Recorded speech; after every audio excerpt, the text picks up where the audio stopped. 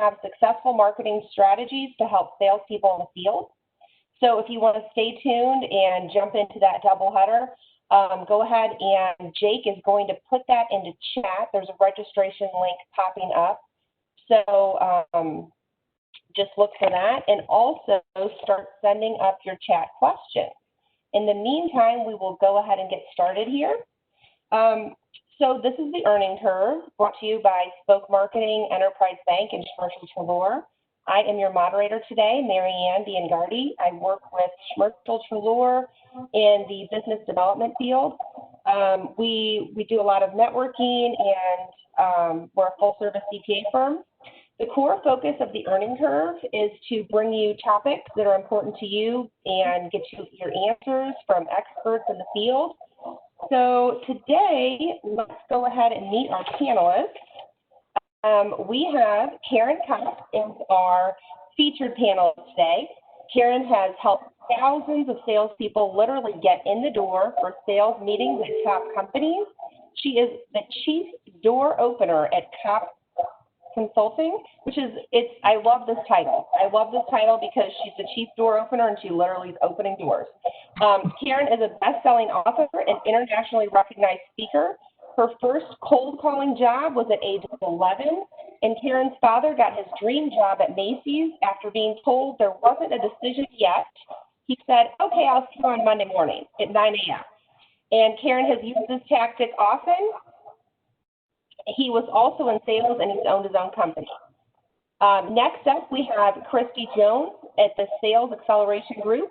For over 20 years, Christy's guidance has helped companies increase revenue by improving their sales processes. She interviewed Dennis Hopper at age 17, which I want to find out more about later. That's very cool.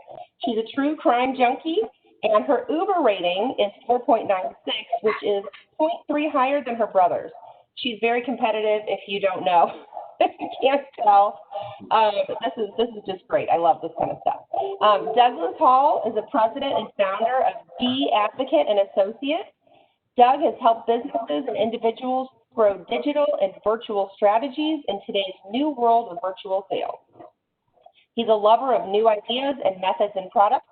And a fun fact about Doug, he sprained his finger eating lobster once, and he told everyone he did it playing basketball. Sure. Dan Klein, he is the CEO of Spoke Marketing. He's a serial entrepreneur. Dan has spent his life growing multiple businesses. He's a huge fan of the Kansas City Chiefs, and he loves to travel and spend time with his family. He has a wife and 4 boys. Let's go ahead and get started.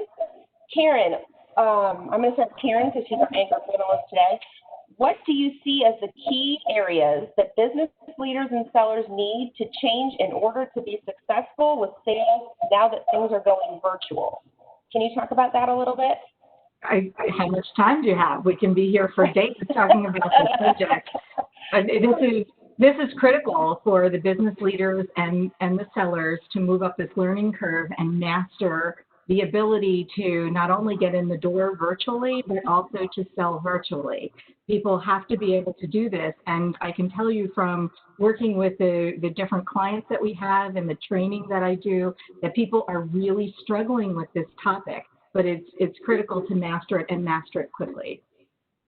Great, thank you, Karen, and I do agree with all of that. I mean, it's just such a different world we're in right now, especially with COVID. Things are changing, we're all virtual, and we need advice more than ever from experts like you. A lot of people are struggling with what do they do, and there's a lot of information out there, and people are absorbing the information, but then they're actually not doing anything. It's really important that they actually do something. And if people ask me what's the number one thing people need to do today, it's calling. They need to call their prospects. You need to talk to them and have a what-if conversation that you can't really have through email. Oh, yes, that's true. We actually have a comment here. So someone is asking, can all panelists mute when they aren't speaking? The feedback is bad. Oh, no, that's not you, Karen. You're fine. Everybody else, when you're not speaking, just, turn your mute on. Okay, so, and everyone please send questions up through chat as well. All right, Jennifer saying perfect, no more feedback. Um, everybody go ahead and send your questions up through chat. Everyone who's listening in the audience today, we are all excited and waiting to answer your questions. Well, I'm not, but all the panelists are. So go ahead and send those in. In the meantime, I'm going to go ahead and ask everyone else maybe to weigh in here a little bit. Dan Klein, do you have anything to add about selling strategies in our virtual environment right now? Yeah, I'm going to echo what Karen said and just call. What I'm finding and with our clients is that people are more available than they ever were before. They're actually willing to pick up the phone. They're sitting at home. They're willing to talk. And so what we've found is people are often afraid to call. They send emails or do things, but picking up the phone is more important than ever now. And in addition to that, Dan, what our door openers are finding when they're calling our clients' prospects is that the phone numbers of the businesses are rolling over to the cell phones, and people are answering their cell phones. And now, for the first time, it's okay to call somebody for the first time on their cell phone. They're answering it. They're interested in connecting. And in fact, what we're also finding is that people are more interested in talking about longer term initiative changes than they were, let's say, 12, 16 weeks ago, because their short term is kind of up in the air. The longer term now is something that they're looking at, and they're looking at new vendors, new initiatives, new opportunities, but only for those people who are actually reaching out. Great, thank you, Karen. Oh, it's Christy or Doug, can you guys weigh in here as well? Yeah, I agree. Connect rates are higher than they have, and I've really seen them. Normally, connect rates are about 9 to 11%, and I'm seeing in some cases 20 or a little bit above for connect rates. But I do think it needs to be a little bit, I think personalization right now is also critical. And so doing a little bit of research will go a lot, will help you go a lot further, particularly if twice as many people are picking up the phone than you're used to. So, do your homework before you make the call. Again, most of the SDRs or AEs I work with, they expect that, 90 out of 100 calls are going to be voicemails. So that's not the case anymore necessarily. So make sure that you're prepared. Yeah, I'd reiterate there. I just think the reality is that people are isolated. It used to be that you were in a busy office. You had 6 other people at your door, and getting a cold call especially, was the most annoying interruption of your day. Now you've got 6 kids running around the house, and all you're praying for is that somebody, even a stranger, will call and talk to you. So the opportunity to access a target, especially a buyer or a decision maker, is a lot better because they're looking to have some sort of an escape. And the reality of it is, when we think about virtual, nobody, I shouldn't say nobody, it was happening a long time before COVID hit, but people now are all on virtual. So the idea of having a connection like this a year ago was like, oh God, I got to download Zoom, I got to do this. Now that they're experts in how to turn their devices on, and you could still have that connection, where before getting somebody on a call like this meant 6 touch points. An SDR had to warm them up for a call with an AE, and then that AE had to prep them. It's going to be a video call, because how many of us had a video call where somebody's like, I didn't know it was a video call, I would have done my hair. Nowadays, everybody's ready to Zoom, and they really don't care what their hair looks like anymore. That hair has been a big issue for you, right? Yeah, Dan and I both talk about this all the time. It's like, where do I shave? When do I shave? And are they seeing the reflection that I'm seeing on the top of my head? Over the last, I'd say, 8 weeks or so, 90% of all the prospect meetings that we've been having internally, plus our clients have been having, the prospects are showing up on video. And if the sellers are not showing up on video, it's not a good showing for you. It's almost like the seller has something to hide, like the seller is multitasking if the prospect is on video and the seller is not. That means the seller has to be really adept at handling not just his or her technology, but also the prospect's technology. If you have a half-an-hour meeting and you have a technology problem, it steals 10 minutes from your meeting, and then you have to accomplish what you want to accomplish in 20 minutes. Are they prepared for what we would call the accordion meeting? So we can go on and on when it comes to being prepared for meetings like this, but the business leaders need to know this, and their sellers need to be prepared. Absolutely. I mean, sales is about trust. If you are the blank screen or the icon and not, letting somebody see your real self, and that having some vulnerability in video is a big piece with selling now. But the reality is, if you don't show up, and show up means having your setup right. I mean, I can't tell you how many times I've seen sales calls where there's a glitchy headset or something like that. Somebody spends $400 on a steak dinner for a prospect, but won't put $100 into a decent microphone or headphones. So you got to show up, not just make sure your camera's on. I'm going to add to that more than ever, we have a natural icebreaker as well. When you're looking into people's living rooms, like, you look past Doug and say, what the hell is that on the wall? That's a great way to start the conversation, or, people putting the screens back. And that's the natural icebreaker we've never had when we make sales calls. Many people I've talked to are waiting until things go back to normal, and I'm telling them, don't wait. Work with this now, because when it goes back, it's going to look like this, with everybody wearing masks. Whereas now, as you're saying, you're looking right into someone's living room. I had a call yesterday, and my fire alarm went off, and I had to say to the prospect, just 1 second. And I went out, my son was cooking a hamburger and didn't know to put the fan on, so that, now the windows are open and everything, and it makes people much more human. I think that it cements relationships much faster than if you met somebody in an office with a mask, with a desk in between you. So it's a wonderful way of relationship building and making that whole process go faster. Absolutely. Those are all excellent points. I completely agree with everything you guys are saying. I mean, sometimes, and I did get rid of my kids today, they're grandmas, but usually there's a lot going on, and it does make everyone more human. I really like that. And everyone can connect, and they're all like, yes, we're going through the same thing. So, yeah, it's another connecting point. We do have a couple more questions here. So let's see. We've got one for Doug. What technical considerations do salespeople need to be paying attention to make sure that they are conducting organized and productive sales calls that prospective customers find high value in? It's a great question. So the technical aspects, the things that I always tell clients, or when I'm prepping somebody for this, is to start with the basics. I call it CALV, or the law of CALV: connectivity, audio, lighting, then video. First and foremost, your internet signal. Before worrying about anything else, restarting your router, checking your speed, making sure you're in a good location. That is primary.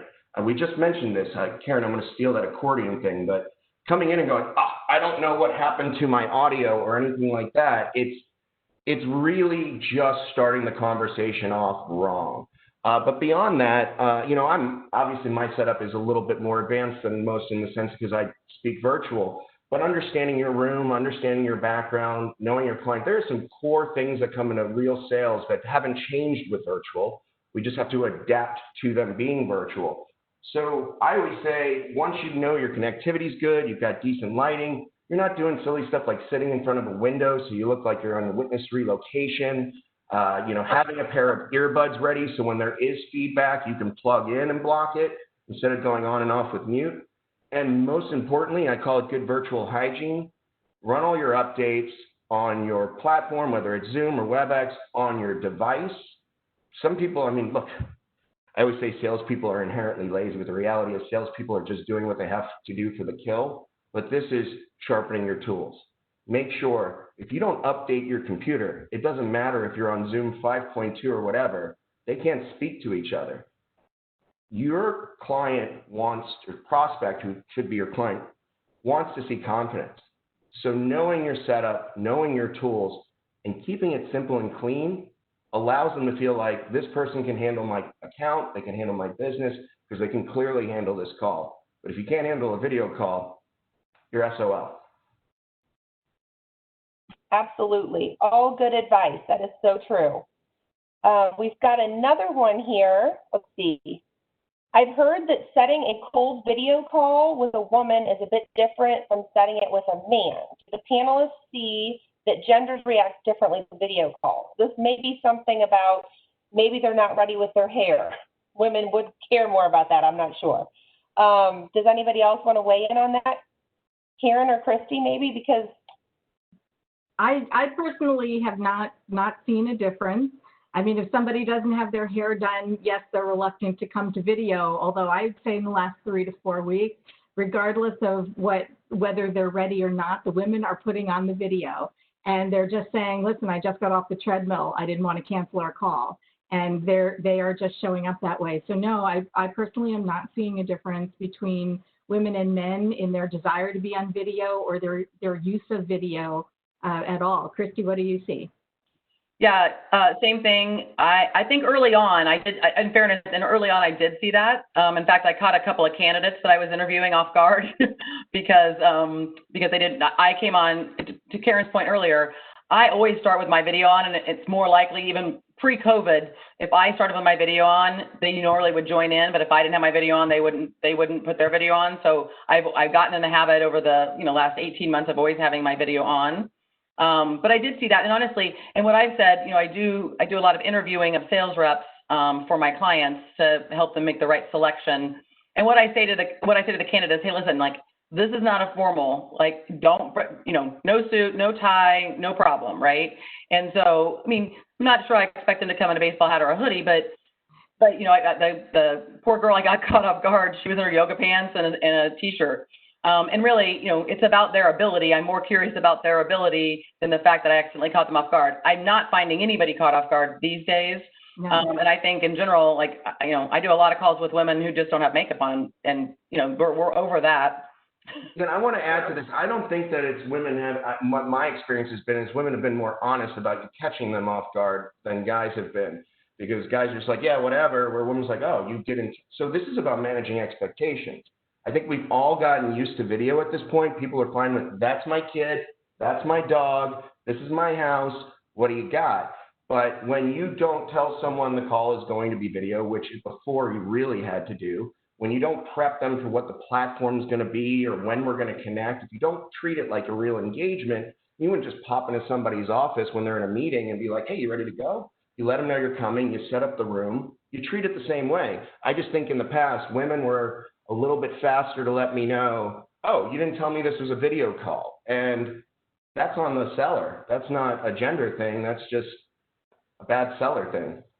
Let's talk for a second about preparing the office. And that's not a gender thing. That's just across the board. Because I think that's something that people can do a better job with when it comes to these video meetings.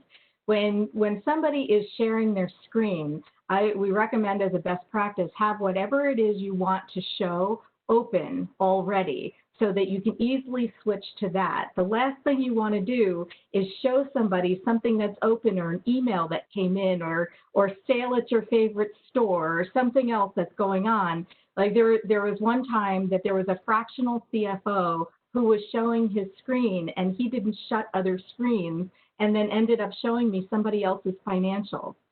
So be careful, shut everything, open the things. It's almost like, as Doug was saying, prepare your office. I literally watched somebody do the same thing and then get in the chat and talk about other people on the call while they were sharing their screen.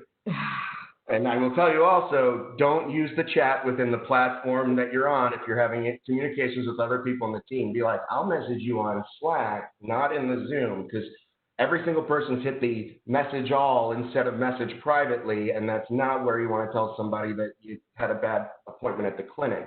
I think that it really always boils down to preparation. And what Karen said, like, I actually just got a new toy. I haven't turned it on yet, but I got this little stream deck deal. There it is.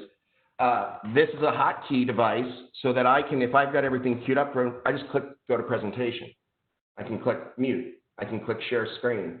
So now I don't have to go the hold on 1 second, look at the top of my head while I use my keyboard. I can sit here and just push a button and go, let's go to the presentation. So these are things you can do. Most road dogs would be completely equipped with it. It's like, what's the American Psycho bit? Like, look at how boss my card is, and da-da-da-da-da. When I walk in, I know everybody's name and the maitre d' and da-da-da. That's a $150 device sitting on my desk right now that saves me on average, at least, if you could save me on average, I'm not using it, but it would save me on average at least 5-10 minutes of just fumbling around with my slides. And one other point while I'm rambling, I have a 34-inch widescreen with screen control. You should know if you're doing Zoom, if you go to share a presentation in Zoom and you're not using two monitors, you won't be able to see the call while you're presenting. I actually set up my chat, my presentation controls, and my video screens in separate windows on that monitor. So I have a control center and obviously a second monitor for my presentation, but that's all prep before the call. I'm just going to add on to the multiple monitors is a must. I even put my iPad up with, something of the script that I want. So if I'm going to show, a handful of things, having the easy transition and how you're going to set it up, but it all has to be in front of you, and you have to have thought it out ahead of time, because if you're searching for files, it's dead air. Yeah. Another tip for thinking ahead, and this is not necessarily technology, but it falls into the area of technology, that as a best practice, we're recommending people ask for the prospect's cell phone number in case the technology fails. And of course, it's not really about the technology failing that we're worried about. Well, of course, it happens sometimes and you want to be able to communicate with them, but this gives you their cell phone number and also permission to communicate with them by cell phone.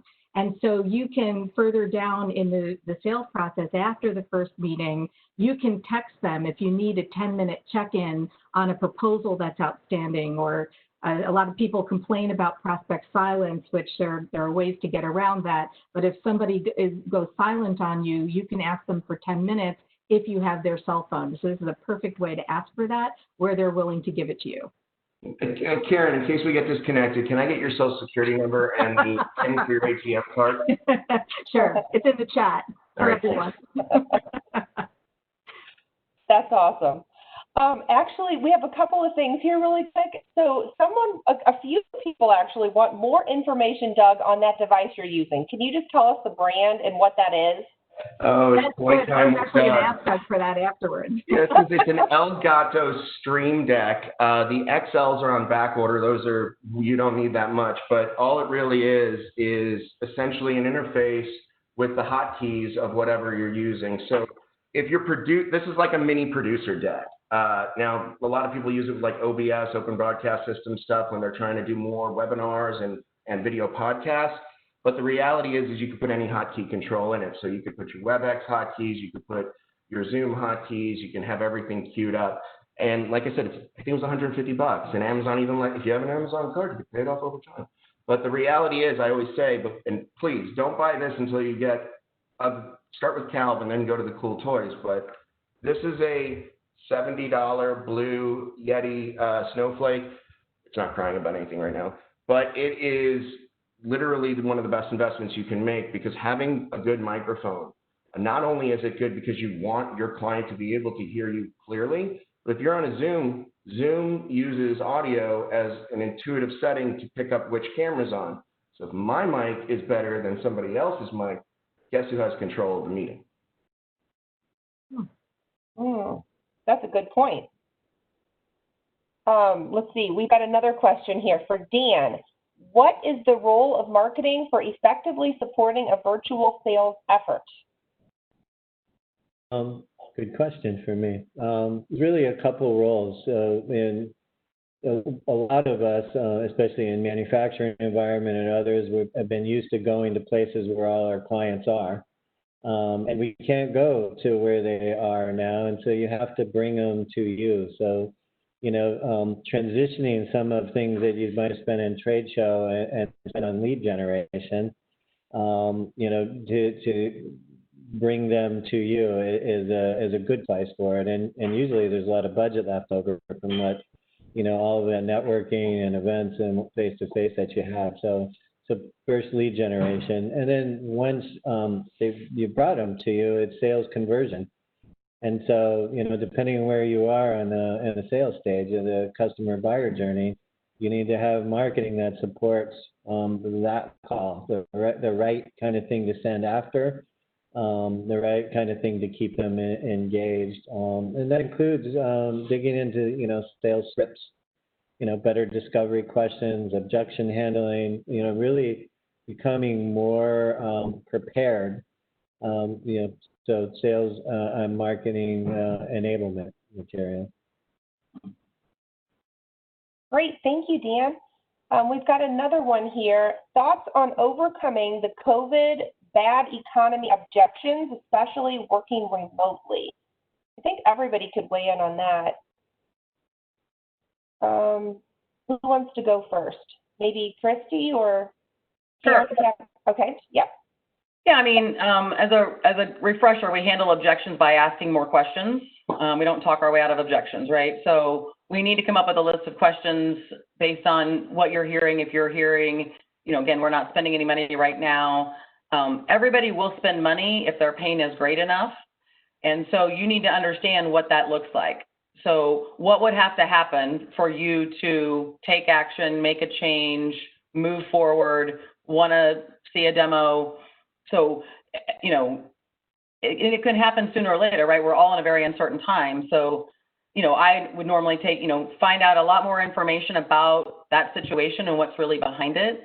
And then I would still go in with with a soft recommendation that I would still be happy to spend some more time discussing this, show you something, send you some documentation, because, again, that's still the old, we don't have money, we don't have budget. And so the bottom line is everybody has budget when they need it. They'll find it. Mm-hmm. That's absolutely true.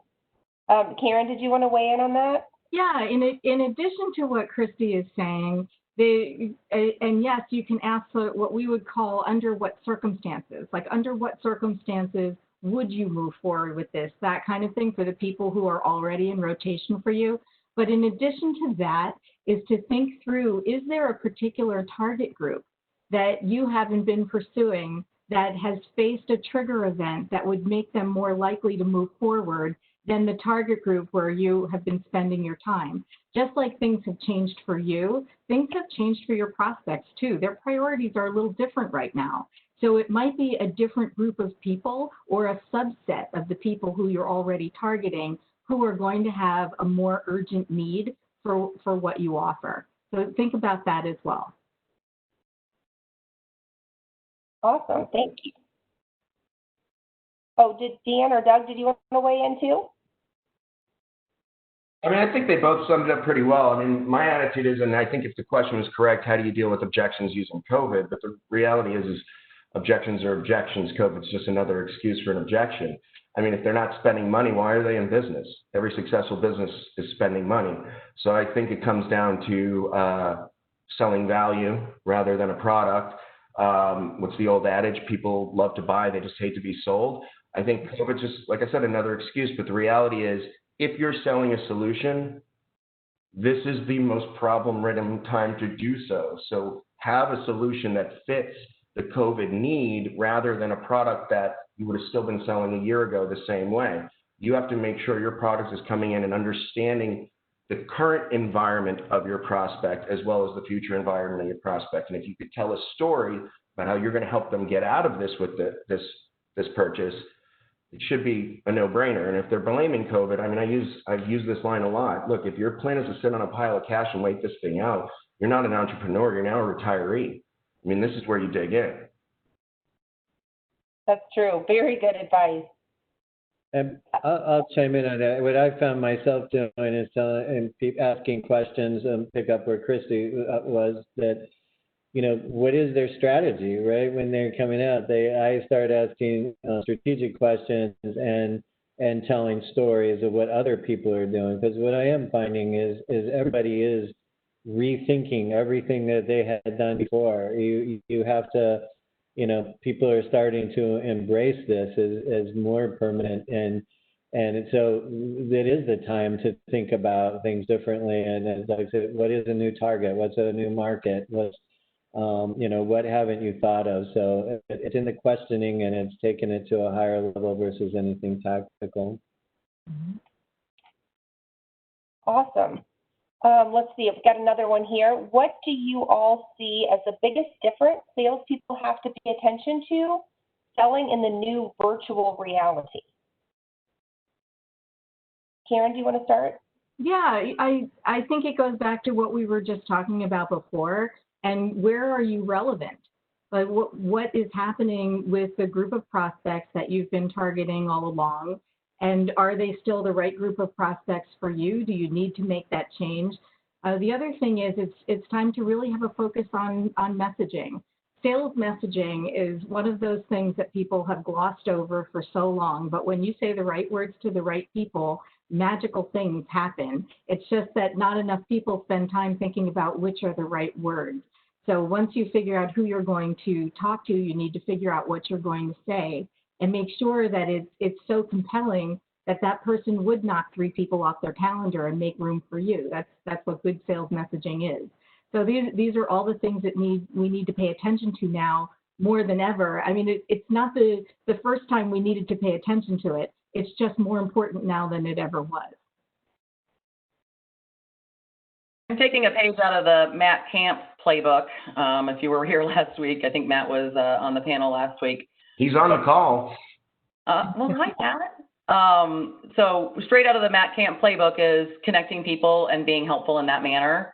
So, you know, how do you help a prospect who maybe doesn't have budget right now or isn't doing that? What can I do for you?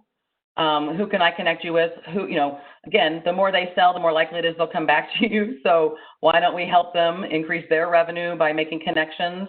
So, I mean, even, you know, I'm just doing that in general. Anytime I see a connection that I think needs to be made, I'm putting people together. And sometimes I'm just saying, I think the 2 of you need to connect. There's synergy for networking purposes.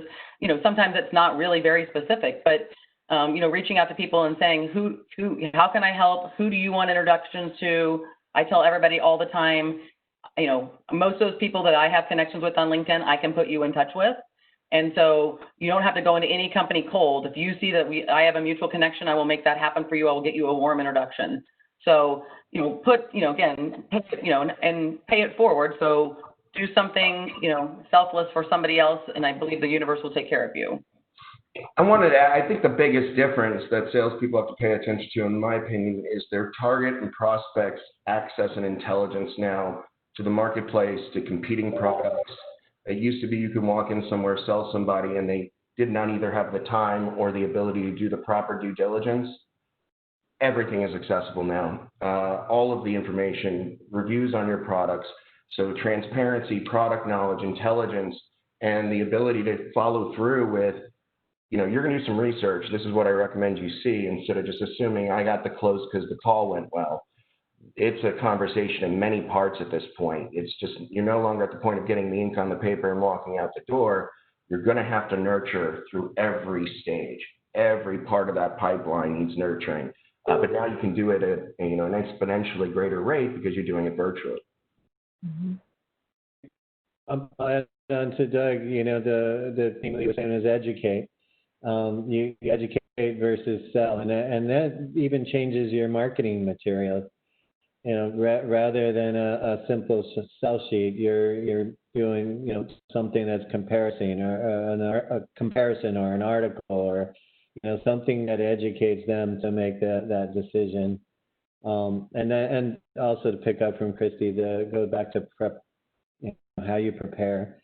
You know, if you're not looking at LinkedIn and understanding who that is and who people know before, you're really not, you're being lazy as hell. And disrespectful too to the prospects. They are more sophisticated than they've ever been, and they don't have any patience for people who haven't done their homework. And there are a lot of competitors out there. So if you aren't willing to do your homework, your competitors will, and they're going to eat your lunch. So it's really important. Christy brought this up earlier about the research piece of it.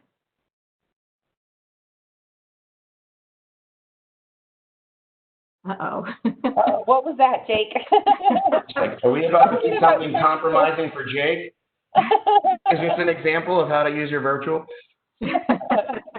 It was the banking information we needed. He's just, yeah, the example, exactly, right, Doug? So he's just showing everyone. Well, and this is a good time to say this, because I know we talk about being prepared and making sure you've got all your setup right. Glitch happens.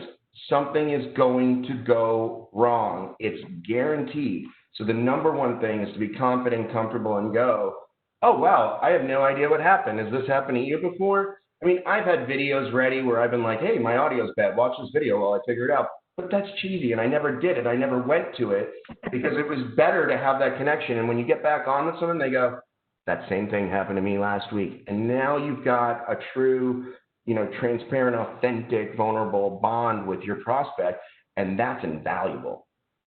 Mm-hmm. Absolutely, that's so true. So Matt Camp, by the way, is telling everyone you're doing great. Great stuff from everyone today.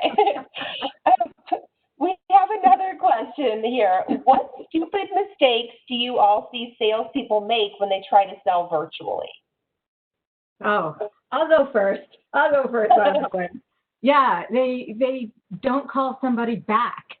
So they'll have, let's say, a couple of hours in the afternoon on a Friday where they have some free time, and they'll assemble a prospect list that they think is good, and they'll call everybody or they'll email them, and then they get busy the following week and they don't call anybody back. That's one of the stupidest mistakes. Like, don't bother even making any calls on the Friday afternoon. Go do something else, watch a movie, because you didn't do anything by calling somebody once.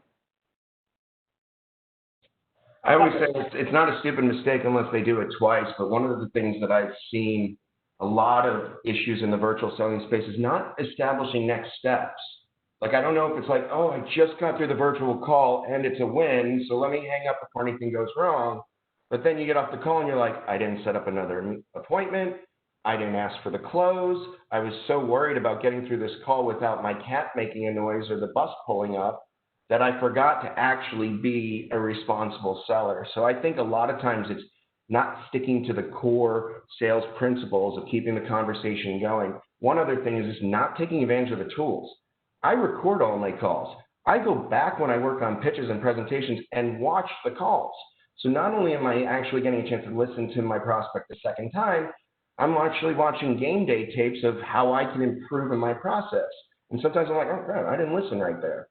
And those are things that you can use for improvement. So I think I wouldn't call it a stupid mistake, but I would say not taking advantage of the technology that's in your hands, instead of looking at it as a sad alternative to selling in person, we should be looking at it as, oh my God, I got all these cool new tools. You ever walked in a sales meeting and said, hey, I'd like to record this meeting? They'd walk you out the door. They don't even care about the flashing red light right now. Yeah, I'll play off Doug. Unfortunately, the first several stupid mistakes he mentioned, I was seeing pre-COVID. So I think one of the things that people are not doing is setting the firm appointment for the next, moving the ball forward, right? I mean, if you're not moving the ball forward, then it's not going anywhere, or it's backwards. So, all of that, I mean, that's just a regular best practice. And even if you get off the call and accidentally realize that you didn't set the next action, pick up the phone right now, call again, send the email. Here's when I'm available. We didn't set next steps. Unfortunately, I saw that mistake, pre-COVID for sure. That wasn't just COVID related. But I do think that, back to something we mentioned earlier, you have a different human element now than you ever had before, and you have a lot of other personal talking points. And so I am making notes about, in the CRM system, I'm making notes about other things, right? Like, I now saw a small child that I didn't know existed, or I saw an animal that I didn't know existed. I mean, we are making connections in different ways. I think it's just as important to take notes on the little idiosyncrasies that you're seeing. And again, like to Doug's point, if the kids are getting off the bus, or nap time is between 2 and 4, then we're going to call it 1, and we're going to say, hey, I remembered that nap time was between 2 and 4, so hopefully this is a better time for you. Or can we, you want to get together before or after nap time? Like, we're getting a lot of information outside of just regular discovery call information, as I would call it, that I think could become invaluable. And Doug, you mentioned trust, right? And this is how you build, this is one of the ways you build trust, is by being sensitive and paying attention. Like, be detail oriented. All those things are clues. Just write them. You're not writing them down probably. Absolutely. And look, I'll say this, back then you would have never known a cat's name, a kid's school schedule, whether or not somebody was having trouble with their homework. Those notes coming back and saying, hey, did little Bobby get through that issue from last week? You could see somebody start to glow like, oh, we're connected now. You're in somebody's home. And I think, Dan, you said that earlier, we were talking about now that you're seeing somebody in their home. You start to get that connective tissue of what happened each time. It's not just their EBITDA or their buying cycle or how long the process is going to take to get a check cut. It's also like, what's the emotional connection I have with my target? Because that's not just about the company they work at. This is a sales 101. They're going to take you with them to the next place. And now they're like, this person has been in my home virtually. They know my life. They've seen my struggles, and they wrote down those notes. That's huge. So yeah, Christy, spot on. I couldn't agree more. And let's put a big spotlight over that whole date and time idea. I mean, yes, it's a mistake that people have been making for a long time. Anybody who knows me knows my mantra is date and time, date and time, date and time. There is always a date and time for the next step in the sales process. And for 20 years, I've owned this company where we get our clients in the door with their prospects. And one of the biggest mistakes our clients repeatedly make, and we train them on this, is to get that date and time. So I thought it might be helpful to give an example for people who know that this is a good idea to do, but maybe they don't know how to do it when they're in this moment. All right, so when you're planning for your sales call and you're looking at your objective for the call, and don't forget to look at your prospect's objective, but your objective for the call is to get a date and time for the next one. That is the #1 priority for any sales call, is the next date and time. So how do you do that? Let's say you get on this call, you're having a great conversation. It's a 30-minute call. Now, one of the things that's different now is if it's a 30-minute call, it is a 30-minute call, and your prospect likely has another call a minute later. So not ending on time is not even an option. In a 30-minute call, by minute probably number 23, 24, minute number 23, 24, you're looking at the clock. And the way I say it to the prospects is, I'm watching the clock for you. We have about 7 minutes left. Why don't we start talking about what we're going to do next and put a date and time on the calendar to make that happen? And so therefore, we're wrapping up that discussion. We assign next steps, who's going to do what. We flip over to the calendar. However, I stop sharing my screen first. Then I flip to my calendar. I don't need them to see that I have a dentist appointment today, right? So we flip to my calendar, set the date and time, and then immediately send the calendar invite and the thank you right after the call is over. The single easiest way to shorten your sales cycle is to set a date and time.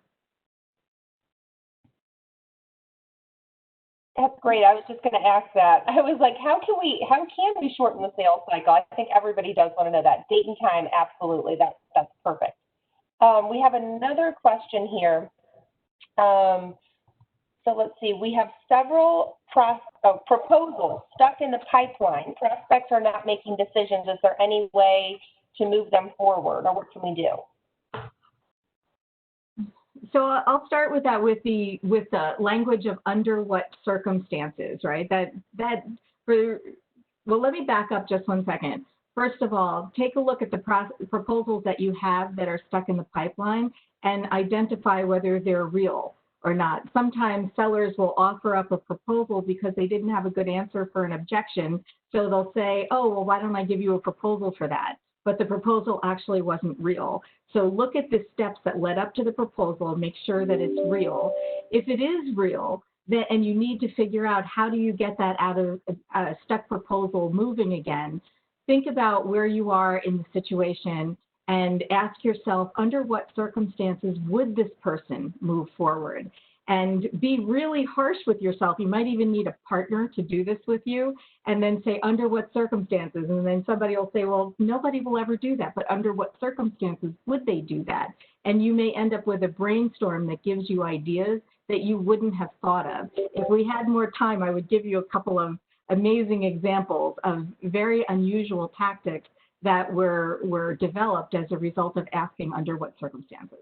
And I think in a macro perspective as well, and I agree completely, Karen, but in a macro perspective, you have to look at your pipeline and say, is it diversified right now? Am I sitting on a stalled stage in my pipeline because either my product, my prospects, or my core ICP isn't aligned with the current, marketplace? And in that case, you might be pushing somebody out 6 months and letting them sit in that cycle while you bring in something faster to close that might fit that portfolio of pipeline. It really just has to do with, am I looking at 20 deals that are all the same and the prospects are all the same and they all stalled? Or am I looking for creative ways to keep inching people down the pipe? And a lot of times those tactics are great tools. I love the "it's not you, it's me" type of messaging. I've had arguments with sales directors where I'm like, why are these still in your pipe? It's killing my cycle. Well, I don't want to offend them. Dan, whomever's behind you, tell her I said hello. That's another thing don't jump. You went into like speed mode. Anyway, but the reality of it is that, I remember I was arguing with a sales director and I'm like, why are these all in your pipe? He's like, well, they're going to close. I just don't know when. So I said, let's write a really quick email that says that I'm going to remove you from my call list. It doesn't mean we can't talk.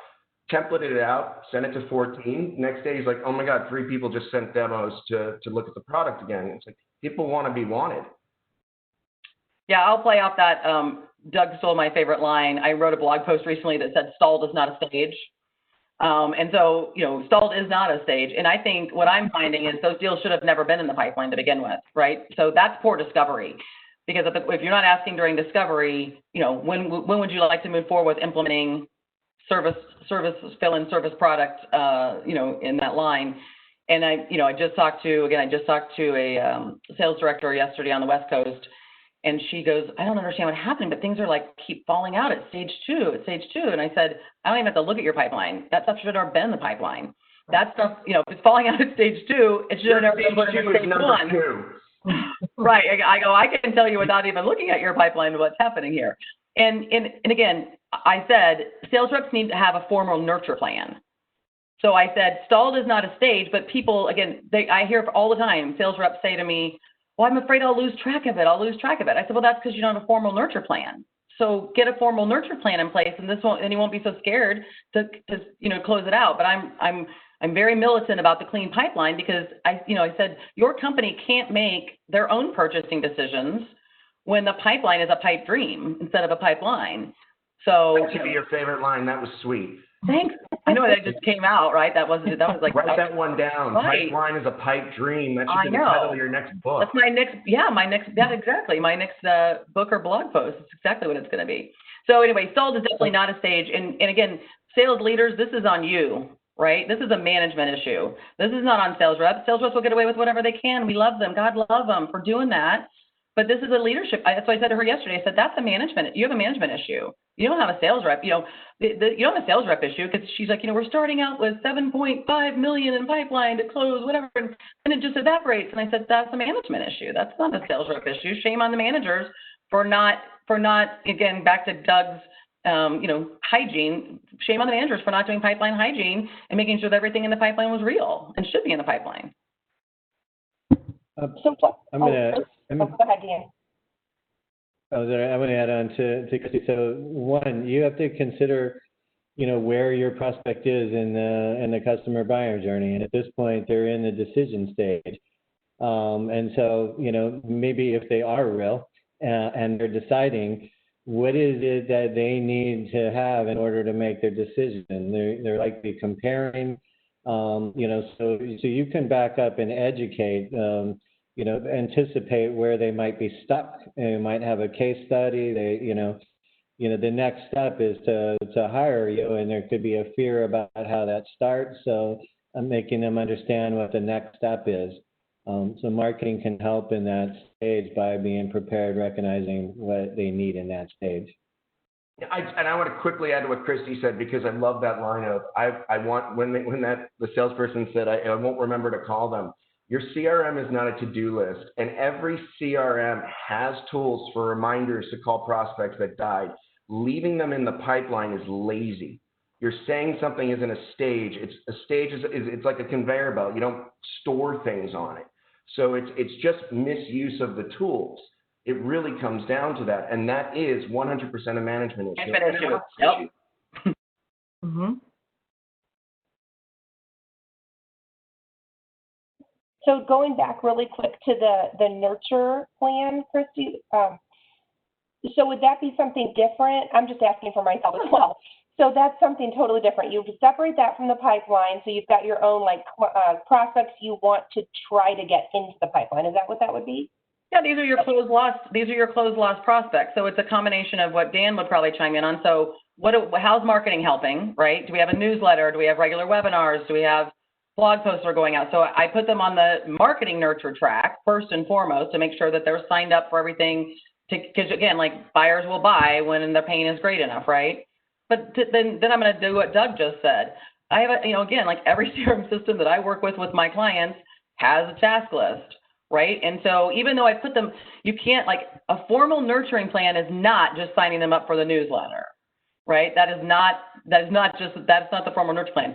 Marketing can help you and support you in that way because they probably are putting out content that might be relevant and get someone's attention. But again, are you doing Google alerts? Are you following the company on LinkedIn? Are you following the person on LinkedIn? Are you occasionally going to the website and looking at press releases to see what might be happening? Are we having personal communication with them? So, I'll go back to date and time. So after that task gets completed, 45 days out or 30 days out, I set my first task for nurture. Then I set my next task for nurture. Whether or not there's two-way communication or not, that doesn't mean, just because I'm not hearing from them doesn't mean I'm still got a nurture plan, and I still have to have a nurture plan in place. But I'm going to try to make it more customizable. They already know who I am and what my product does and what company I am with. These are warm people. Like the closed loss is liquid gold if you do it right. Yeah, and I'm going to say this because I also saw, I'm jumping ahead of you, Marion, I'm looking at some of the questions, but let's speak to the marketing webinar, which I personally believe does not always have to be top of funnel. In fact, there is a entire remarketing plan with your own pipeline and bringing people in and educating them. But how does sales and marketing work together? Salespeople don't even attend these things. And you should, because if your prospect is on the webinar, you can privately message them, you can take them into a breakout room, you can have your own timeshare presentation. But instead, what do salespeople do? They wait till it's over, they ask how it went, they see if their prospect was on the call, and then they follow up if they're even halfway decent. But you have access and attention in that webinar while they're there to say, what do you think of these points? How does it relate to your company? Let's get some time on the books to discuss. Is it something that might interest you? Nobody takes advantage of it, and it's happening right there in front of them. It's really important to think about your prospects as people, because people will use lead, decision maker, prospect, and none of those words have flesh and blood associated with it. What does this person need to hear or need to read or see in order to move from one place in his or her thinking to the next? And I don't find that people are spending time thinking about people and where they are in the process enough. And Christy's right, it goes right back into the nurture list in a drip campaign, but the drip campaign doesn't include a phone call with a what if conversation. The CRM has that set task feature and people need to be using it more. We have a client who went on 168 meetings. They closed 55 new clients, but think of all the ones they didn't close. They're all in process. They wouldn't have been in that meeting with those prospects if those prospects weren't A-level ideal prospects for them, right? Why would you meet with anybody who wasn't ideal? So they met with all these ideal people. The people who haven't closed need to be in the nurture process. So we had, our door opener was paying attention to the cadence of the follow-up. And what we noticed was that after meeting number 2, there was a long space in between meeting number 2 and any kind of follow-up. So we said to the reps, what's going on? Why is there such a long space? And you would think it's because the reps are lazy, but they're not. What they said to us is, listen, we don't know what to do, aside from sending an email that says checking in, which, by the way, does nothing, right? So instead of doing that, what do we do? It does something. It annoys your prospect. Sorry? To interrupt you, it does do something. It annoys your prospect. Well, that's true. It can destroy a relationship. But what do we do? So what we did was we came up with a list of effective nurturing strategies that actually nurture leads, and we gave it to our client. And we said, based on where you are in the process, because sales is situational, pick from this list, and here's the cadence with which you need to communicate with voice, in addition to the marketing materials that people need from Dan. And I'll just chime in on some specific things, and at least in the marketing, because I agree with all the sales portions of that. It has to be the right thing. So ideas goes back to something that Christy said, make connections if you can. People love the connections. You listen to their pains, so you should have materials or stories that can address their their pain. And you can share things about the industry knowledge that they don't know. You just need to be more personalized and share stories in a way. Think about educating them as it goes along. And it doesn't always have to be a marketing piece. It really could be something you read and you click a link and say, I thought of you when I read this. Mhm. Where LinkedIn comes in, it's so easy just to be like, I saw this article, I saw you like this, I have this information. You send them value with no ask whatsoever. That builds the equity in the relationship. That gets them to come to you when they're ready to buy. Nominate them for an award. Doesn't cost you anything. Gives you the opportunity to say, hey, I saw this award. I think you'd be perfect for it. What do you think of that? So there's a contact point. Then you nominate them. And then, of course, if they win it, you get to talk to them about that. You can attend a virtual event with them because they won. There's all sorts of different ways. And now if you take what Christy was pointing out earlier, where you're learning stuff about their life and their family, send them something about that. It doesn't even have to be about their business. Hey, I saw you were struggling when the kids got home from school. I got you this book on how to better manage your life from home with dealing with kids. Whatever it might be, you're listening, you're showing them you care, you're developing that relationship. And now we have to pay attention to date and time because our time is coming to an end. Well played. We do. This is such a great conversation, though. I feel like we could talk for like 2 hours, and everybody would listen because it's so good. You guys are all wonderful. They've got nothing to do. They're home because of COVID, like we said in the beginning. We do have the double header, so we do have to jump to the next one. However, Jay King asked it would be good to see a nurturing list. I don't know if maybe later somebody could pop that up. Not now, but maybe we could connect with you later. I have one of those. I can send that to you, Marianne, if you can put it up for everybody. Perfect. Okay, we can do that later and we can reach out. So Jay, that's coming. Yes, Jennifer wants a nurturing list. Okay, good. We'll do that later. This is some contact information we popped up on your screen. You can contact any of us later. Our emails are up there. Just take a screen grab. Connect with us all on LinkedIn. We look forward to connecting with you all. And thank you. We hope you found value today. And please join us if you can for the next one on the double header. It's called, I'm sorry, I wrote it down so I wouldn't mess it up. Successful Marketing Strategies to Help Salespeople Out in the Field. That's popping on in 2 minutes. So thank you all for joining us today, and we'll see you in the next one. Thank you, everybody.